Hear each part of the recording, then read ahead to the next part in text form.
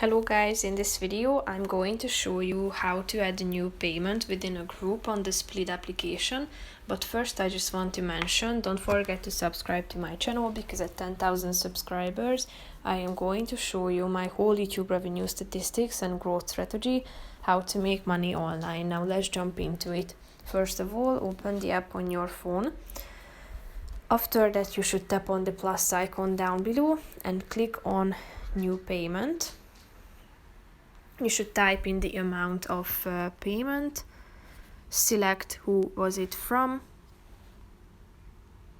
was from, and then you should select the person, so the recipient of the this amount, and click on the save button in the upper right corner of the screen. So here you can see that the balance of your group. So that's pretty much it for this video, guys. See you in the next one. Bye bye.